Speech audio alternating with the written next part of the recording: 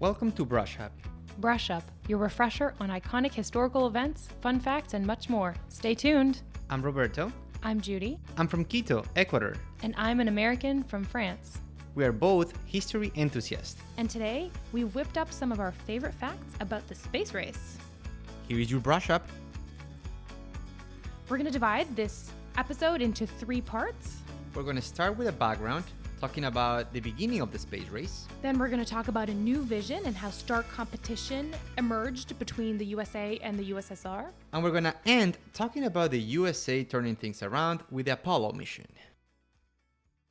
So, to set the scene, we are in the middle of the Cold War, which started in about 1945 after the end of World War II. At this point, the USA and the Soviet Union are in the middle of an armed race involving nuclear weapons. There's espionage between the two countries. There's other events or relevant events happening throughout the world, like the Berlin Wall in 1961. The Cuban Missile Crisis in 1962. But it is in 1955 that the space race really begins, with both countries, the USA and the Soviet Union, announcing their desire to go to space. So the US and the Soviet Union start onboarding rocket engineers that worked in Nazi Germany. For example, Wendell von Braun, that was the lead engineer for the USA.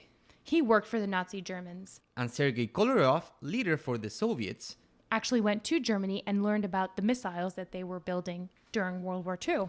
A fun fact is that Wendell von Braun used most of his concepts from a French book. Written by Jules Verne in 1865, the 19th century, the novel is called From the Earth to the Moon. The most astonishing thing is that despite of the lack of data, it's impressive how Jules Verne was pretty close in their estimations on what it takes to get to the moon. So the Russians start making some advances. In 1957, they launched the first satellite into space called Sputnik 1. Something you might not know is that the first artifact to go to space was a German V-2 rocket. See, so the Germans were really advanced at that point in history. They were. Let's keep talking about the Soviets. So after Sputnik 1, they managed to send the Sputnik 2.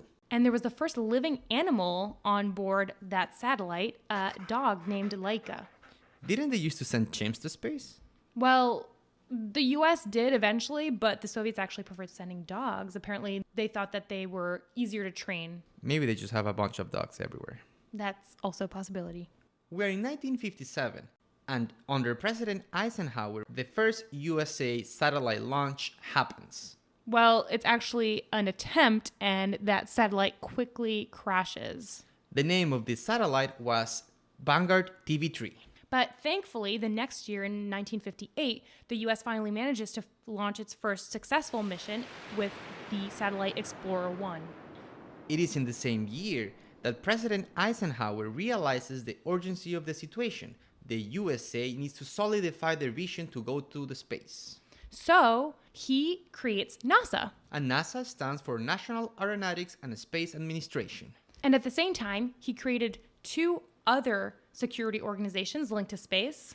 One of them led by the US Air Force to exploit the military potential of space. And the other one was led jointly by the CIA and the Air Force, called the National Reconnaissance Office. Its objective was to use satellite information to gather intelligence on the USSR and its allies. Now let's talk about the Soviet accomplishment in 1959, the following year. Wow, so the Soviets keep making more accomplishments. That's exactly why Eisenhower was nervous about the situation. The Soviets actually have the first mission that leaves Earth's orbit with Luna 1. Followed by the first probe to reach the moon, Luna 2. And they also launched the first spacecraft towards Venus, but that one quickly disappears. Now let me tell you about the biggest Soviet accomplishment. 1961. Yuri Gagarin. A Soviet cosmonaut, the first human to fly to space and orbit the Earth. In case you're thinking we're just throwing the terms cosmonaut and astronauts around, that's not the case. Because cosmonauts are actually people that were trained in the Soviet Union, now known as Russia. And astronauts are those who are trained in basically any of the other leading nations that go to space: the USA, Japan, Canada, maybe Ecuador, France, Europe. You know, one fun thing about Yuri Gagarin is his Russian lucky pea ritual. A pea ritual? Yes, you heard right, a pea ritual.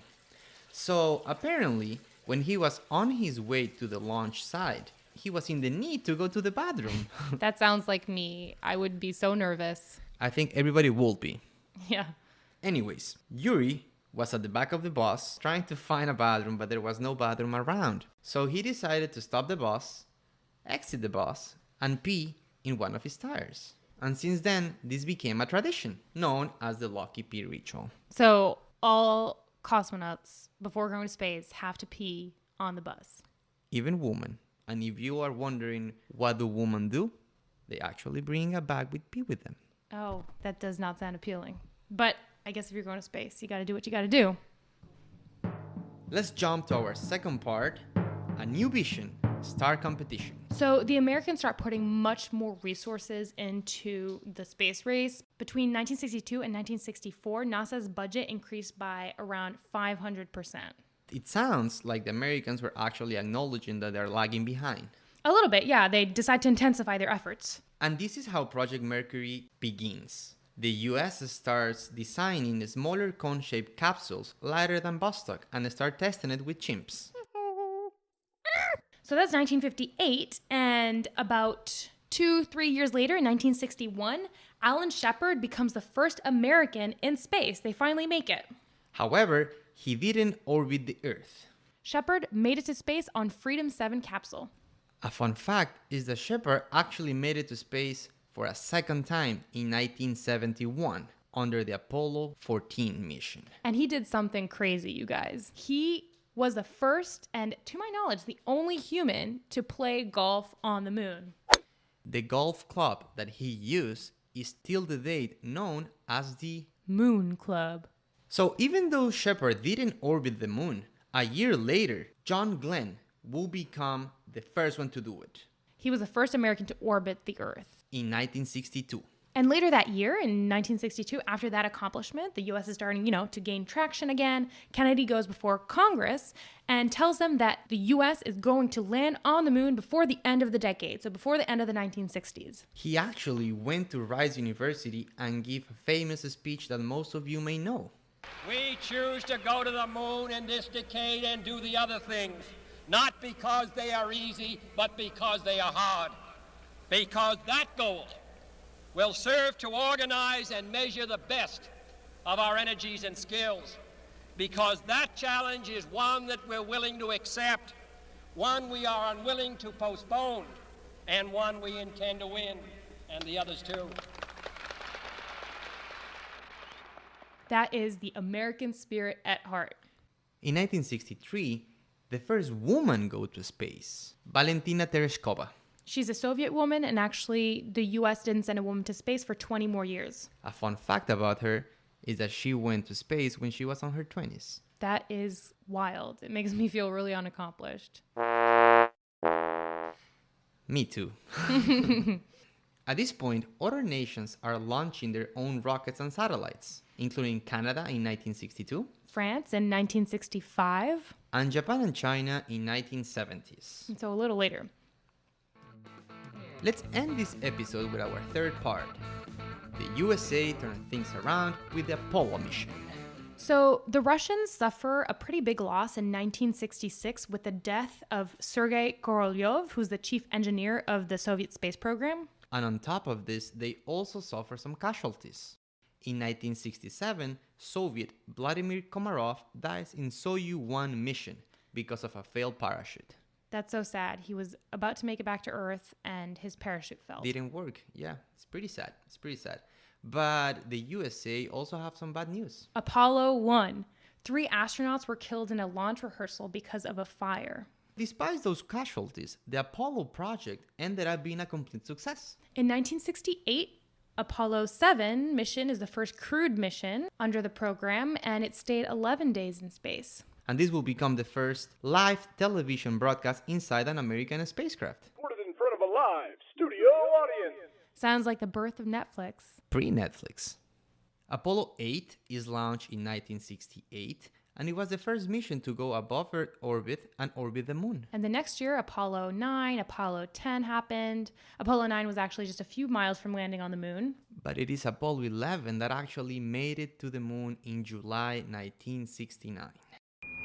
Houston, Tranquility Base here. The Eagle has landed. Neil Armstrong and Buzz Aldrin become the two first men to walk on the moon. Let's not forget about Michael Collins, that was the one waiting for them above the moon. Yeah, I feel so bad for Michael Collins, who was orbiting the moon and waiting to get them back in the spaceship once they finished their mission. Kudos to you, Michael.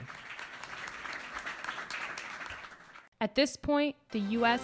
won the space race, and as Neil Armstrong put it, It's one small step for man, one giant leap for mankind. After Apollo 11, there were 6 more missions until the end of 1972. Eugene Cerna is to date the last man who walked on the moon. He did that in 1972 aboard the Apollo 17 mission, which was the last of its kind. In 1973, we start entering a time for collaboration. Nixon, who was the U.S. president at the time, and Brezhnev, the general secretary of the Communist Party of the Soviet Union, got together to discuss a treaty that would strengthen international security and global peace during the Washington Summit. And then in 1975, there's a pretty important moment, the joint Apollo-Soyuz mission, It was the first crew international space mission which sent 3 U.S. astronauts and 2 Soviet cosmonauts. to greet each other in space. And it is at that point that the famous handshake in space is born. And years later, in 1998, the International Space Station was established, marking true cooperation in space. Today, people are still questioning if all the resources utilized for this race were actually worth it. We still benefit a lot from the strides that were made during the space race, Innovations such as the memory foam mattress, which was actually developed to use for takeoff to relieve stress caused from the G-force for the astronauts, freeze-dry food, which was meant to last longer for the astronauts in space, and the famous GPS tracking satellites which allows me to get to work every morning. wouldn't be part of civilian life today if those projects wouldn't have taken place during this race. Actually, Kennedy said so in his speech at Rice University. We have vowed that we shall not see space filled with weapons of mass destruction, but with instruments of knowledge and understanding. Yet the vows of this nation can only be fulfilled if we in this nation are first, and therefore we intend to be first. Here's an interesting question. Are we in a new space race today? We might be in the midst of a new race, but this time it's against China. Vice President Pence actually expressed this idea in one of his speeches. And I quote, "Make no mistake about it, we are in the space race today, just as we were in 1960s, and the stakes are even higher." He said this about China's first ever soft landing on the moon's mysterious far side. Despite this new threat, federal funding is actually declining. There's a lot of private investment now going into the exploration of space. Just to name a few, SpaceX, Blue Origin, and Virgin Galactic are just a couple of enterprises trying to commercialize space travel and push our current space boundaries. Personally, I think it's going to take years before I'm comfortable enough to go to space. Oh, in my case, I already booked my seat. See you on the far side of the moon.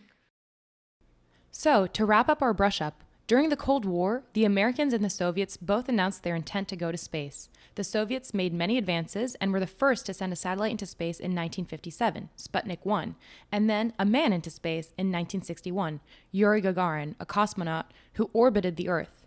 In the US, Eisenhower created NASA in 1958 to rival the Soviets. The US then launched the Apollo program, and in 1962, President Kennedy shifted the goalpost, stating that Americans intend to land on the moon by the end of the decade. In July 1969, during the Apollo 11 mission, American astronauts Neil Armstrong and Buzz Aldrin became the first men to walk on the moon, accompanied by Michael Collins. Later, after this American victory, collaboration increased. The Soviets and Americans went on a joint mission to space in 1975, and the International Space Station was established in 1998. Today, the exploration of space continues, and we are perhaps in the midst of another space race. That's all we've got for today. We hope you enjoyed this history brush up. We started this podcast to make history more fun and accessible. If you enjoy the show, please consider subscribing and giving us a positive rating. We will catch you in the next episode. In the meantime, share your new knowledge with some friends, or even better, share this podcast with them. We love the support.